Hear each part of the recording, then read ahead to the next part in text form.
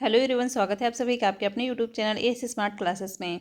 जैसे कि हम सीटेट सेकेंड पेपर के लिए एसएसटी कंप्लीट कर रहे हैं। एनसीईआरटी की ज्योग्राफी आपकी कंप्लीट भी हो चुकी है। रोज़ 10 बजे सुबह आपकी हिस्ट्री की क्लास होती है और 12 बजे पॉलिटी की क्लास होती है।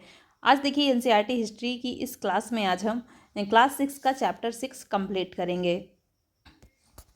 चैनल पर पहली बार आए हो तो वीडियो को लाइक करके चैनल को सब्सक्राइब कर लीजिए, साथ ही बेल आइकन को भी प्रेस कर लीजिए ताकि ऐसे ही वीडियो आपको आगे भी मिलते रहें। आज का देखिए टॉपिक है अध्याय 6 नए प्रश्न और नए विचार। यहाँ पर देखिए जितने भी इंपॉर्टेंट पॉइंट्स हैं सभी को मैंने हाईलाइट कर रखा है। पहले तो मैं आपको यह बता दूं कि इस चैप्टर में आपको पढ़ना क्या है। देखिए भगवान बुद्ध की कहानी, बौद्ध धर्म, जैन धर्म, उपनिषद, ये सारी चीज़ें आप इसमें पढ़ेंगे। बहुत सारे पॉइंट्स आपको इसमें इंपॉर्टेंट मिलेंगे। चैप्टर बहुत ही इंपॉर्टेंट है, एग्जाम में इससे क्वेश्चन आपके जरूर पूछे जाएंगे। इसका पीडीएफ भी मैं अपने व्हाट्सएप टेलीग्राम ग्रुप में शेयर कर दूंगी, वहाँ से आप लोग इसको डाउनलोड कर सकते हैं। व्हाट्सएप टेलीग्राम ग्रुप का लिंक वीडियो के डिस्क्रिप्शन बॉक्स में दिया हुआ है, वहाँ से आप लोग ज्वाइन हो सकते हैं। तो देखिए स्टार्ट करते हैं। अनघा नाम की एक लड़की है, उसी से संबंधित यहाँ पर एक कहानी है कि अनघा आज पहली बार अपने विद्यालय की ओर से सैर पर जा रही थी। बहुत से जो स्कूल होते हैं, विद्यालय होते हैं, वो बच्चों को घुमाने ले जाया करते हैं। तो देखिए अनघा भी ऐसे विद्यालय की ओर से जा रही थी। इसके लिए उसने देर रात पुणे महाराष्ट्र से वाराणसी उत्तर प्रदेश की ट्रेन पकड़ी। स्टेशन पर अनघा को छोड़ने आई उसकी माँ ने अध्यापिका से कहा, बच्चों को बुद्ध के बारे में बताने के साथ साथ उन्हें सारनाथ दिखाने भी ले जाइएगा। तो अनघा की माँ है, उन्होंने अध्यापिका से कहा है कि बुद्ध के बारे में तो आप बता ही रहे हैं, साथ ही में उनको सारनाथ भी दिखाइएगा। आगे देखिए सारी कहानी क्लियर होगी, बुद्ध की कहानी क्या थी, सारी चीज़ें आपको यहाँ पर जानने को मिलेंगी। स्टार्ट करते हैं बुद्ध की कहानी। बौद्ध धर्म के संस्थापक सिद्धार्थ थे। देखिए सिद्धार्थ को ही बाद में बुद्ध जाना जाने लगा जब इनको ज्ञान की प्राप्ति हुई थी, लेकिन बचपन का नाम इनके सिद्धार्थ था। बौद्ध धर्म के संस्थापक थे ये, जिन्हें गौतम के नाम से भी जाना जाता है। उनका जन्म लगभग 2500 वर्ष पूर्व हुआ था। यह वह समय था जब लोगों के जीवन में तेजी से परिवर्तन हो रहे थे। जैसा कि तुमने अध्याय 5 में पढ़ा, महाजनपदों के कुछ राजा इस समय बहुत शक्तिशाली हो गए थे। तो जैसे अध्याय 5 में मैंने आपको बताया कि जैसे मगध था, आपका वज्जी था, ये कुछ महाजनपद थे, बहुत ही शक्तिशाली हो गए थे। मगध में कुछ राजा थे जैसे अजातशत्रु, महापद्मनंद, इन्होंने काफ़ी शक्तिशाली बनाया था उस राज्य को। तो वही चीज़ें देखिए यहाँ पर दी गई हैं कि कुछ ऐसे महाजनपद थे जो बहुत शक्तिशाली हो गए थे, महाजनपद बन गए थे। उसी के साथ साथ देखिए तेजी से परिवर्तन होता जा रहा था समय के साथ, लोगों के जीवन में भी बहुत परिवर्तन होता जा रहा था। तभी देखिए भगवान बुद्ध का जन्म हुआ और उनका नाम क्या था, सिद्धार्थ। 2500 वर्ष की पूर्व की ये बात है। आगे देखिए इसी में दिया हुआ है, हजारों साल बाद फिर से नगर उभर रहे थे। गांवों के जीवन में भी बदलाव आ रहा था। बहुत से विचारक इन परिवर्तनों को समझने का प्रयास कर रहे थे। ये जीवन के सच्चे अर्थ को भी जानना चाह रहे थे। तो याद रखिएगा यहाँ पर देखिए कि भगवान बुद्ध का बचपन का नाम सिद्धार्थ था और इनको गौतम के नाम से भी जाना जाता था। इनका जन्म कब हुआ था, 2500 वर्ष पूर्व हुआ था। आगे देखिए इसी में दिया हुआ है, बुद्ध जो थे क्षत्रिय जाति के थे तथा शाक्य नामक एक छोटे से गढ़ से संबंधित थे। हर एक देखिए लाइन इंपॉर्टेंट है, यहाँ पर सभी को मैंने हाईलाइट कर रखा है। युवावस्था में ही ज्ञान की खोज में उन्होंने घर से सुखों को छोड़ दिया था। अनेक वर्षों तक वे भ्रमण करते रहे तथा अन्य विचारकों से मिलकर चर्चा करते रहे। तो देखिए ज्ञान की प्राप्ति के लिए आपके भगवान बुद्धि हो गए। जैन धर्म के जो संस्थापक महावीर थे, ये लोग क्या करते थे कि घरों को छोड़ देते थे और ज्ञान की प्राप्ति के लिए एकदम सब सारे सुख ये लोग त्याग देते थे। भगवान बुद्ध की ऐसी ही बहुत बड़ी कहानी है। ये एक राजा के पुत्र थे, बहुत ही सुख थे इनको, लेकिन फिर भी उन्होंने सारे सुखों को छोड़ दिया और अपने घर को छोड़ दिया। अंततः ज्ञान प्राप्ति के लिए उन्होंने स्वयं ही रास्ता ढूंढने का निश्चय किया। इसके लिए उन्होंने बोध गया बिहार में एक पीपल के नीचे कई दिनों तक तपस्या की। अंततः उन्हें ज्ञान प्राप्त हुआ। इसके बाद वे बुद्ध के रूप में जाने गए। तो देखिए जब उन्हें ज्ञान प्राप्त हो गया तब से वे बुद्ध के रूप में जाने गए हैं। कहाँ पर उनको ज्ञान प्राप्त हुआ है, तो देखिए बोध गया जो आप कहाँ पर है, बिहार में है। यहाँ से वे वाराणसी के निकट स्थित सारनाथ गए, जहाँ उन्होंने पहली बार उपदेश दिया। तो देखिए याद रखिएगा कि भगवान बुद्ध को ज्ञान कहाँ प्राप्त हुआ था, तो बोध गया बिहार में प्राप्त हुआ था। और पहला इन्होंने उपदेश कहाँ दिया था, तो सारनाथ में दिया था। देखिए कुशीनारा में मृत्यु से पहले का शेष जीवन उन्होंने पैदल ही एक स्थान से दूसरे स्थान यात्रा करने और लोगों को शिक्षा देने में व्यतीत किया।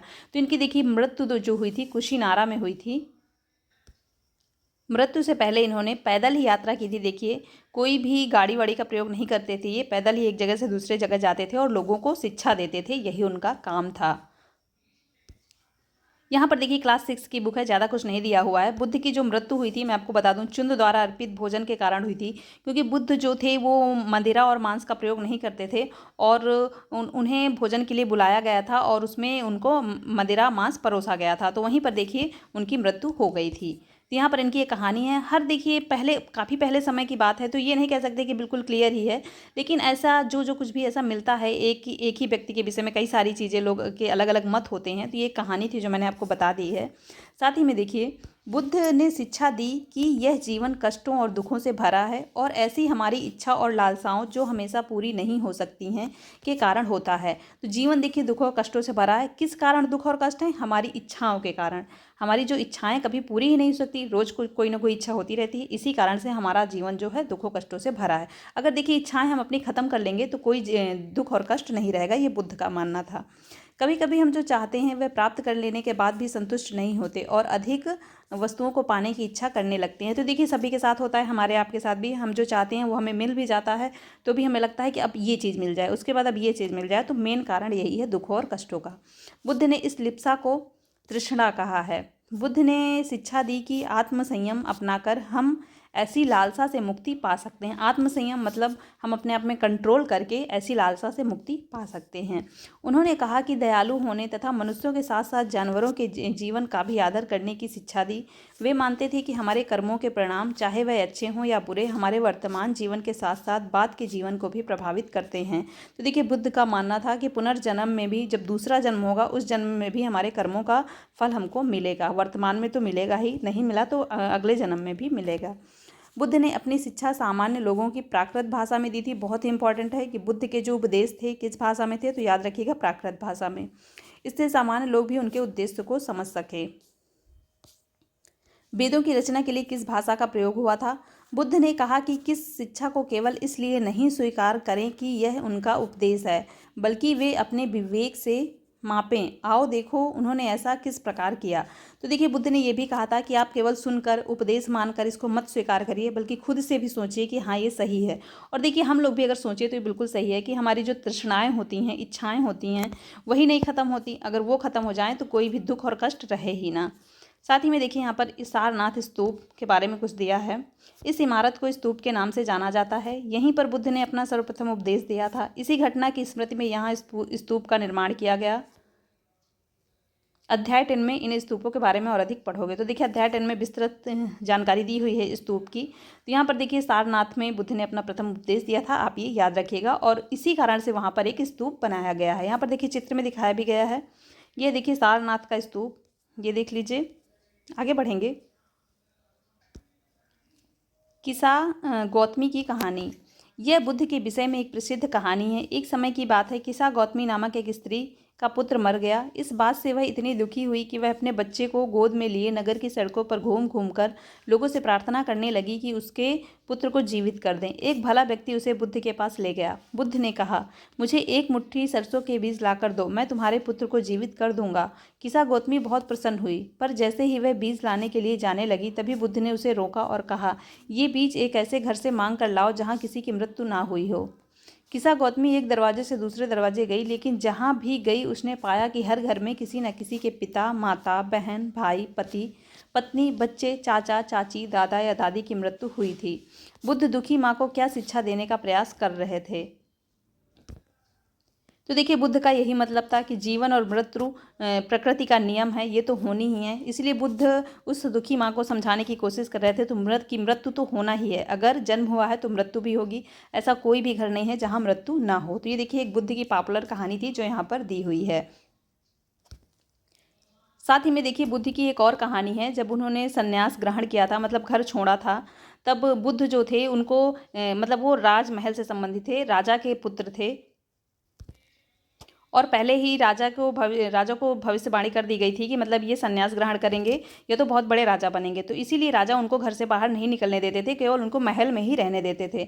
लेकिन एक दिन अचानक से रात में बुद्ध निकल पड़े और उन्होंने रास्ते में 4 चीज़ों को देखा, जिसमें से उन्हें सन्यासी का जीवन सबसे अच्छा लगा और उन्होंने तभी से ही सोच लिया कि वो सन्यास धारण करेंगे, और तभी से उन्होंने घर का त्याग कर दिया था। साथ ही में देखिए आगे देखेंगे उपनिषद। उपनिषद क्या होता है? इसी समय बहुत से दूसरे अन्य चिंतक भी दार्शनिक प्रश्नों का उत्तर ढूंढने का प्रयास कर रहे थे। उनमें से कुछ मृत्यु के बाद जीवन के बारे में जानना चाहते थे, जबकि अन्य यज्ञों की उपयोगिता के बारे में जानने के उत्सुक थे। तो देखिए 2500 वर्ष पहले बुद्ध का जो जन्म हुआ था उसी टाइम की बात है ये देखिए। और भी काफ़ी लोग रहे जो जीवन के बारे में जानने की कोशिश कर रहे थे, दार्शनिक प्रश्नों के उत्तर ढूंढ रहे थे कि क्या कैसे मृत्यु होती है, जीवन के बारे में जानना चाहते थे। तो अन्य भी यही कैसे लोग थे, तो उन्हीं के बारे में यहाँ पर वर्णन किया हुआ है। इनमें से अधिकांश चिंतकों का यह मानना था कि विश्व में कुछ तो ऐसा है जो कि स्थायी है, जो मृत्यु के बाद भी बचा रहता है। उन्होंने इसका वर्णन आत्मा तथा ब्रह्म अथवा सार्वभौम आत्मा के रूप में किया। तो देखिए कुछ ने माना कि कुछ तो ऐसा है जो हमेशा जिंदा रहता है, कभी नहीं मरता, तो उसका नाम उन्होंने क्या दिया, आत्मा तथा ब्रह्म, या उसी को कह सकते हैं सार्वभौम आत्मा के रूप में, मतलब हमेशा रहती है आत्मा। वे मानते थे कि अंततः आत्मा तथा ब्रह्म एक ही हैं। ऐसे कई विचारों का संकलन उपनिषदों में हुआ है। उपनिषद उत्तर वैदिक ग्रंथों का हिस्सा थे। उपनिषद का शाब्दिक अर्थ है गुरु के समीप बैठना। इन ग्रंथों में अध्यापकों और विद्यार्थियों के बीच बातचीत का संकलन किया गया है। प्रायः ये विचार सामान्य वार्तालाप के रूप में प्रस्तुत किए गए हैं। तो देखिए क्लियर हो गया होगा कि उपनिषद में होता क्या है, अध्यापक और छात्र आमने सामने बैठ के जो बातचीत वार्तालाप करते हैं उन्हीं का वर्णन उपनिषद में आपके किया गया है। साथ ही में याद रखिएगा कि उपनिषद का अर्थ क्या होता है, गुरु के समीप बैठना। छात्र गुरु के समीप बैठता था और उनके बीच जो वार्तालाप होती थी उसी का देखिए वर्णन उपनिषद में किया गया है। यहाँ पर देखिए एक चीज़ ये है, भारतीय दर्शन की 6 पद्धति जिनको कहते हैं षड दर्शन, कौन कौन सी पद्धतियाँ हैं। सदियों से भारत द्वारा सत्य की बौद्धिक खोज का प्रतिनिधित्व तो दर्शन की 6 शाखाओं ने किया। ये वैशेषिक, न्याय, सांख्य, योग, पूर्व मीमांसा और वेदांत या उत्तर मीमांसा के नाम से जाने जाते हैं। तो देखिए एक हो गया आपका वैशेषिक, एक न्याय, सांख्य, योग, पूर्व मीमांसा और उत्तर मीमांसा। उत्तर मीमांसा को ही वेदांत भी कहते हैं। 6 याद रखिएगा, 6 दर्शन हैं ये, षड दर्शन के नाम से इनको जाना जाता है। एग्जाम में पूछा जाए तो याद रखिएगा, बहुत इंपॉर्टेंट है। दर्शन की इन 6 पद्धतियों की स्थापना क्रमशः ऋषि कणद ने, तो देखिए आप ये नोट्स में अपने बीच में लाइन खींचकर लिख लीजिए कि इधर षड दर्शन और इधर लिख लीजिए कि इनके स्थापना किसने की थी। तो जैसे आप लिखेंगे वैशेषिक के, तो वैशेषिक के हैं देखिए कणद, ऋषि कणद। न्याय के हैं गौतम, सांख्य के हैं कपिल, योग के पतंजलि, ऐसे ही पूर्व मीमांसा के जैमिनी और उत्तर मीमांसा के हैं व्यास। तो ऐसे ही देखिए आप नोट्स में लिख लीजिएगा तो आपको ये पढ़ने में ज़्यादा आसानी रहेगी। आगे इसी में दिया हुआ है, मानी जाती है जो आज भी देश के बौद्धिक चर्चा को दिशा देते हैं। जर्मन मूल के ब्रिटिश भारतविद फ्रेडरिक मैक्समूलर के अनुसार दर्शन की इन 6 शाखाओं का विकास कई पीढ़ियों के दौरान व्यक्तिगत विचारों के योगदान से हुआ है।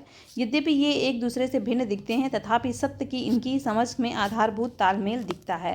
तो किसकी मान्यता थी, एक ब्रिटिश भारतविद थे फ्रेडरिक मैक्समूलर, उन्हीं के अनुसार देखिए उनकी मान्यता थी ये। नेक्स्ट है बुद्धिमान भिखारी। यहाँ पर भी देखिए एक कहानी दी हुई है, अच्छी कहानी है, देख लेते हैं इसको भी। यह वार्तालाप छंदोग्य उपनिषद नामक प्रसिद्ध उपनिषद की कहानी पर आधारित है। तो देखिए याद रखिएगा, बुद्धिमान भिखारी नामक एक कहानी है, किससे ली गई है, ये छंदोग्य उपनिषद नामक प्रसिद्ध उपनिषद से। सनौक व अभिप्रताड़ित नामक 2 ऋषि सार्वभौम आत्मा की उपासना करते थे। मतलब आत्मा अमर है, कभी मरती नहीं है, सार्वभौम आत्मा मतलब। एक बार ज्यों ही वे भोजन करने के लिए बैठे, एक भिखारी आया, उसने भोजन मांगने लगा। सौनक ने कहा, हम तुम्हें कुछ नहीं दे सकते हैं। सौनक अभी प्रताड़ित 2 ऋषि थे देखिए। तो सौनक ने क्या कहा, हम तुम्हें कुछ नहीं दे सकते। भिखारी ने पूछा, विद्वजन आप किसकी उपासना करते हैं। अभी प्रताड़ित ने उत्तर दिया, सार्वभौम आत्मा की। ओह, इसका मतलब आप ये जानते हैं कि सार्वभौम आत्मा संपूर्ण विश्व में विद्यमान है। ऋषियों ने कहा, हाँ हाँ, हम ये जानते हैं। भिखारी ने फिर पूछा, अगर ये सार्वभौम आत्मा संपूर्ण विश्व में विद्यमान है तो यह मेरे अंदर भी विद्यमान है। मैं कौन हूँ, मैं इस विश्व का ही एक भाग ही तो हूँ। तुम सत्य बोलते हो युवा ब्राह्मण, इसलिए हे ऋषियों, मुझे भोजन न देकर आप उस सार्वभौम आत्मा को भोजन देने से मना कर रहे हैं। भिखारी की बात की सच्चाई जानकर ऋषियों ने उसे भोजन दे दिया। तो देखिए अच्छी कहानी थी ये।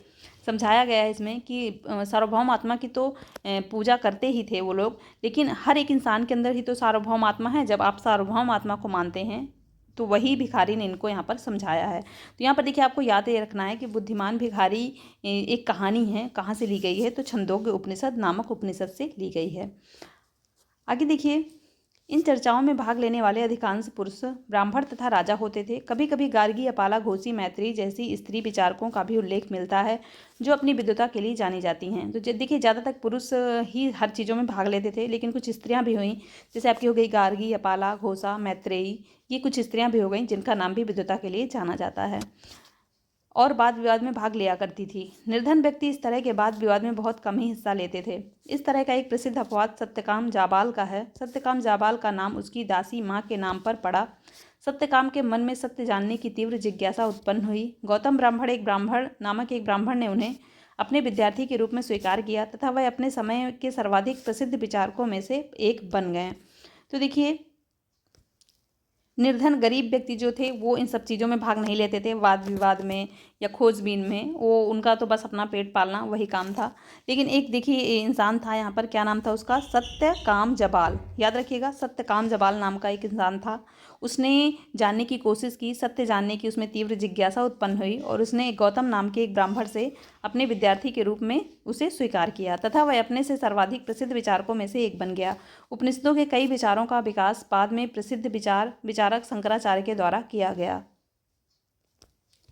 जिनके बारे में तुम कक्षा 7 में पढ़ोगे। तो देखिए 6 की बुक है, बार बार मैं आपको बताती हूँ कि कुछ चीज़ें यहाँ पर दी हुई हैं, कुछ चीज़ें आपको 7 में मिलेंगी और विस्तृत जानकारी आपको कक्षा 8 में मिलेगी। आगे देखते हैं, व्याकरणविद पाणिनि बहुत इंपॉर्टेंट है। देखिए ये पाणिनि जो है संस्कृत भाषा व्याकरण के ग्रंथ की रचना की थी इन्होंने। इस युग में कुछ अन्य विद्वान भी खोज कर रहे थे। उसी प्रसिद्ध विद्वानों में एक पाणिनि ने संस्कृत भाषा के व्याकरण की रचना की थी। उन्होंने स्वरों तथा व्यंजनों को एक विशेष क्रम में रखकर उनके आधार पर सूत्रों की रचना की। ये सूत्र बीजगणित के सूत्रों से काफ़ी मिलते जुलते हैं। इसका प्रयोग कर उन्होंने संस्कृत भाषा के प्रयोगों के नियम लघु सूत्रों लगभग 3000 रूप में लिखे। तो याद रखना है, संस्कृत भाषा व्याकरण की रचना किसने की थी? तो पाणिनि ने की थी। बहुत इंपॉर्टेंट है। नेक्स्ट देखिए, बौद्ध धर्म के बारे में काफ़ी चीज़ें आपको क्लियर हो गई होंगी। अब हम देखेंगे जैन धर्म। इसी युग में अर्थात लगभग 2500 वर्ष पूर्व जैन धर्म के 24वें व अंतिम तीर्थंकर वर्धमान महावीर ने अपने विचारों का प्रसार किया। तो देखिए एक साइड तो बौद्ध धर्म चल रहा था और एक साइड ये जैन धर्म भी स्टार्ट था। तो देखिए जैन धर्म के 24 तीर्थंकर हुए थे। अंतिम तीर्थंकर जो थे महावीर वर्धमान, मतलब वर्धमान इनके बचपन का नाम था, महावीर स्वामी इनको कहा जाता था। बाद में इनको महावीर, जब ज्ञान की प्राप्ति हो गई तब से इनका नाम हो गया। तो देखिए याद रखिएगा कि महावीर स्वामी कौन से तीर्थंकर थे? तो 24वें, अंतिम 24 ही तीर्थंकर कुल हुए हैं। साथ ही में वह वज्जी संघ के लिच्छवी कुल के एक क्षत्रिय राजकुमार थे। तो याद रखिएगा, ये भी इंपॉर्टेंट है। इस संघ के विषय में तुमने अध्याय 5 में पढ़ा है। 30 वर्ष की आयु में उन्होंने घर छोड़ दिया और जंगल में रहने लगे। 12 वर्ष तक उन्होंने कठिन व एकाकी जीवन व्यतीत किया। इसके बाद उन्हें ज्ञान प्राप्त हुआ। तो देखिए याद रखिएगा कि घर उन्होंने कितने वर्ष की आयु में छोड़ा? 30 वर्ष की आयु में। साथ ही में 12 वर्ष तक जब उन्होंने कठिन तपस्या किया तब जाकर उन्हें ज्ञान की प्राप्ति हुई है। उनकी शिक्षा सरल थी। सत्य जानने की इच्छा रखने वाले स्त्री व पुरुष को अपना घर छोड़ देना चाहिए। उन्हें अहिंसा के नियमों का कड़ाई से पालन करना चाहिए, अर्थात किसी भी जीव को ना तो कष्ट देना चाहिए और ना ही उसकी हत्या करनी चाहिए। महावीर का कहना था, सभी जीव जीना चाहते हैं, सभी के लिए जीवन प्रिय है। महावीर ने अपनी शिक्षा प्राकृत में दी है। तो देखिए इंपॉर्टेंट ये है कि महावीर ने अपनी शिक्षा किस भाषा में दी है? तो प्राकृत भाषा में दी है। बाकी ये सब चीज़ें देखिए वही हैं कि किसी को कष्ट ना दो, जीव की हत्या ना करो, अहिंसा के नियमों का पालन करो। ये सब चीज़ें उन्होंने ज्ञान दिया है। यही कारण है कि साधारण जन भी उनके तथा उनके अनुयायियों की शिक्षाओं को समझ सकें। प्राकृत भाषा में था, सभी के समझने की भाषा थी, तो सभी लोग उनके शिक्षाओं को समझ सकें। देश के अलग अलग हिस्सों में प्राकृत के अलग अलग रूप प्रचलित थे। प्रचलन के आधार पर ही उनके अलग अलग नाम थे। जैसे मगध में बोली जाने वाली प्राकृत मगधी कहलाती है। तो मगध में देखिए प्राकृत को मगधी ही कहते हैं, तो वहाँ पर वो मगधी ही हुई। नेक्स्ट देखिए, जैन नाम से जाने गए महावीरों के अनुयायियों को भोजन के लिए भिक्षा मांगकर सदा जीवन बिताना होता था। उन्हें पूरी तरह से ईमानदार होना पड़ता था। चोरी ना करने की उन्हें सख्त हिदायत दी जाती थी। उन्हें ब्रह्मचर्य का पालन करना होता था। पुरुषों को वस्त्रों सहित सब कुछ त्याग देना पड़ता था। तो देखिए जैन धर्म जो भी जैन धर्म धारण करते थे, जो भी जैन धर्म के अनुयायी होते थे, उनके लिए इतने सारे कार्य थे, काफ़ी कठिन था। देखिए सादा जीवन व्यतीत करना, ईमानदार होना, चोरी न करना, ब्रह्मचर्य का पालन करना, पुरुषों के लिए वस्त्रों का त्याग करना, ये सभी चीज़ें उनको करना पड़ता था। अधिकांश व्यक्तियों के लिए ऐसे कड़े नियमों का पालन करना बहुत कठिन था। फिर भी हजारों व्यक्तियों ने इस नई जीवन शैली को जानने और सीखने के लिए अपने घरों को छोड़ दिया। कई अपने घरों पर ही रहें और भिक्षु भिक्षुणी बने और लोगों को भोजन प्रदान कर उनकी सहायता करते रहें। तो देखिए जैसे मैंने आपको कहा कि कठिन तो था ही ये, लेकिन फिर भी ऐसा नहीं है कि कितना भी कठिन हो, काफ़ी लोग मिल जाते हैं उसका पालन करने वाले। वही चीज़ें यहाँ पर दी गई है कि कई लोगों ने नई जीवन शैली को अपनाया और उसको माना। मुख्य व्यापारियों ने जैन धर्म का समर्थन किया। मुख्यतः व्यापारियों ने। किसानों के लिए इस नियम का पालन अत्यंत कठिन था, क्योंकि फसल की रक्षा के लिए उन्हें कीड़े मकोड़ों को मारना पड़ता था। बाद की सदियों में जैन धर्म उत्तर भारत के कई हिस्सों के साथ साथ गुजरात, तमिलनाडु और कर्नाटक में भी फैल गया। महावीर और उनके अनुयायियों की शिक्षाएं कई शताब्दियों तक मौखिक रूप में ही हो रही थी। वर्तमान रूप में उपलब्ध जैन धर्म की शिक्षाएं लगभग 1500 वर्ष पूर्व गुजरात के वल्लभी नामक स्थान पर लिखी गई थी। तो देखिए हर एक पॉइंट यहाँ पर इंपॉर्टेंट है, मैंने हाईलाइट भी कर रखा है। मुख्यतः व्यापारी जो थे उनके लिए तो जैन धर्म मानना आसान था, वो लोग जैन धर्म को मान लेते थे। लेकिन देखिए किसान बेचारे क्या करेंगे, उनके लिए तो इतना सारा काम होगा और साथ ही में खेतों में कीड़े मकोड़े, काम तो उनको करना ही पड़ेगा, जैन धर्म माने या ना माने। तो इसलिए उनके लिए कठिन था, किसानों के लिए वो लोग बहुत ही कम मानते थे। साथ ही में देखिए यहाँ पर एक शब्द दिया हुआ है जैन। जैन शब्द जिन शब्द से निकला है, जिसका अर्थ है विजेता। याद रखिएगा जिन शब्द का क्या अर्थ है, विजेता, और जैन जो शब्द है जिन शब्द से ही बना है। महावीर के लिए जिन शब्द का प्रयोग क्यों हुआ है, तो महावीर के लिए देखिए जिन शब्द का प्रयोग हुआ था, जिन मतलब विजेता। आगे देखिए इसी में संघ, जैन धर्म से ही संबंधित है ये। महावीर तथा बुद्ध दोनों का ही मानना था कि घर का त्याग करने पर ही सच्चे ज्ञान की प्राप्ति हो सकती है। ऐसे लोगों के लिए उन्होंने संघ नामक संगठन बनाया, जहां घर का त्याग करने वाले लोग एक साथ रह सकें। तो संघ में देखिए जो लोग अनुयायी हो जाते थे जैन धर्म के, बौद्ध धर्म के, अलग अलग, वो लोग संघ में रहते थे। संघ में रहने वाले बौद्ध भिक्षुओं के लिए बनाए गए नियम विनय पिटक नामक ग्रंथ में मिलते हैं। विनय पिटक से हमें पता चलता है कि संघ में पुरुषों और स्त्रियों के रहने की अलग अलग व्यवस्था थी।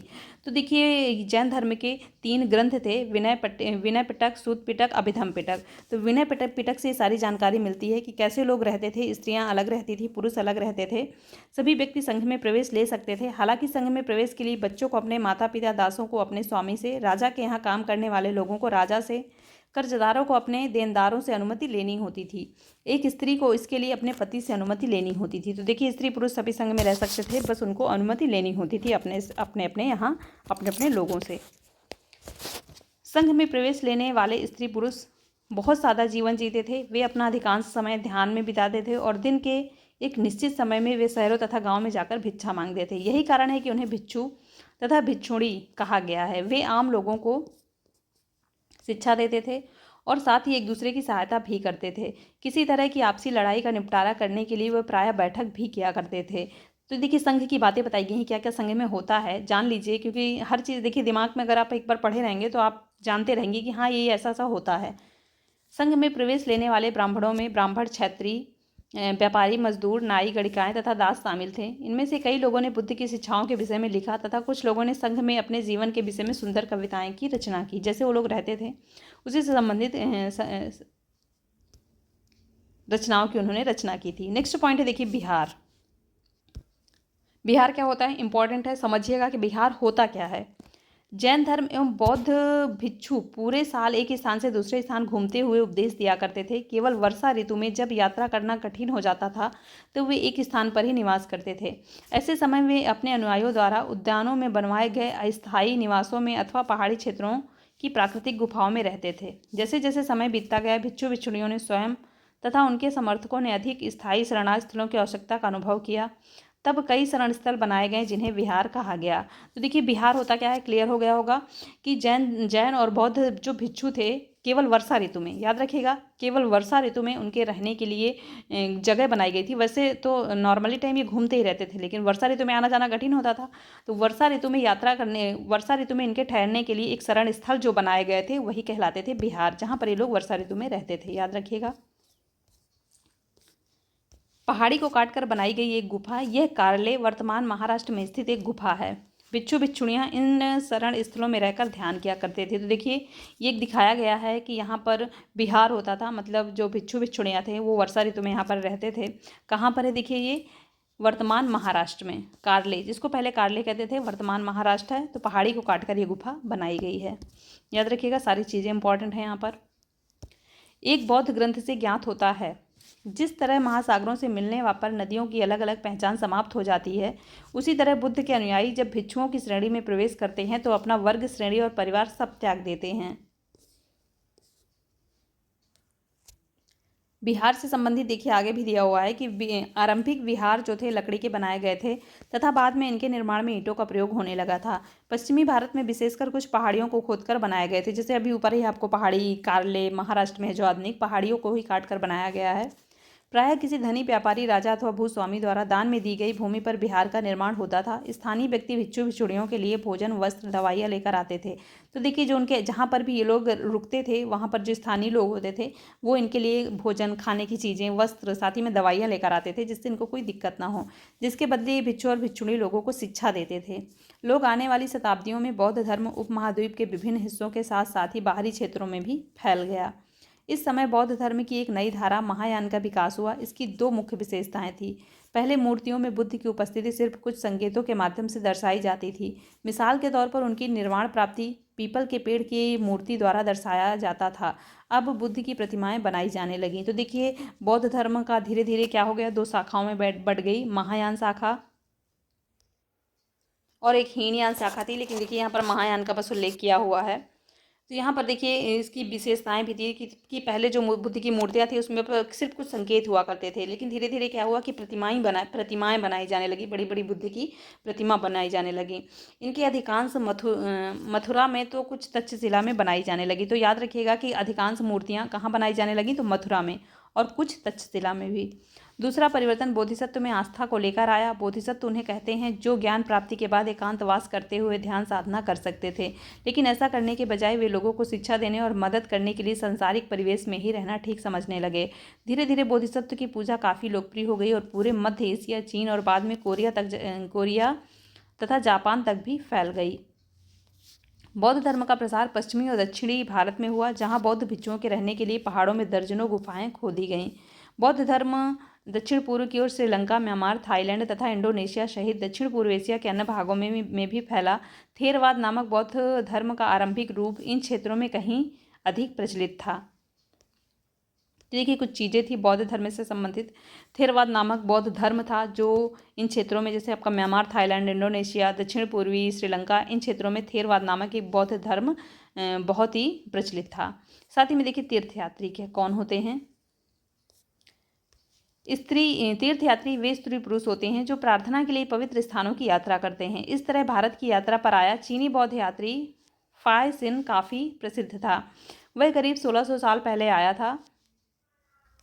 स्वयं सांग 1400 साल पहले भारत आया। उसके करीब 50 साल बाद सिंह आया। वे सब बुद्ध के जीवन से जुड़ी जगहों और प्रसिद्ध मठों को देखने के लिए भारत आए थे। तो देखिए एक आपका हो गया फाहियान भी इसका नाम मिलता है। एक हो गया ह्वेनसांग भी इसका नाम मिलता है। स्वयं सांग यहाँ पर लिखा हुआ है। इत्सिंग आया था।